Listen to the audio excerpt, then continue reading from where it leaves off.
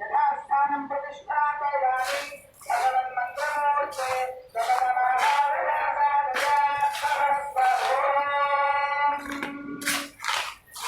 పుణ్యాహవచన కార్యక్రమం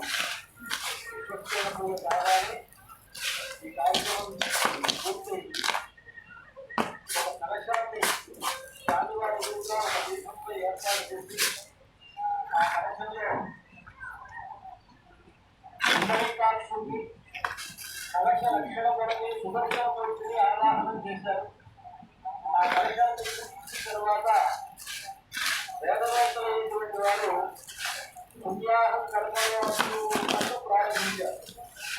పుణ్యాహం కర్మవస్తు అంటే ఏంటంటే చేసేటువంటి సీతారాముల కళ్యాణము అనేటువంటి ఈ కర్మ మంచి రోజు జరుగుతుందని, మంచి రోజే కదా జరుగుతుంది. మళ్ళీ మీరు మంచి రోజు చెప్పాలా అంటే మామూలుగా మనం ఎన్ని రకాల ముహూర్తాలు పెట్టుకున్నా వేదవేత్తలైనటువంటి వారు ఇది మంచి రోజు అని చెప్తే ఒకవేళ ముహూర్త దోషాలు ఉన్నా సరే అది మొదలుపెడతారు.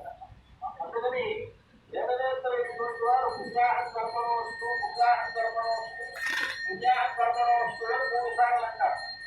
అలాగే స్వస్తి కర్మణి అస్తు అని అంటారు. అంటే ఈ కర్మ మంగళకరంగా ఉండాలి. అలాగే వృద్ధిభావంలో పూర్వంతో అంటారు. వృద్ధి అంటే ఈ కర్మ పరిపూర్ణమై ఇంకాస్త మనం చేసేటువంటి కైంకర్యం వృద్ధి పొందాలి.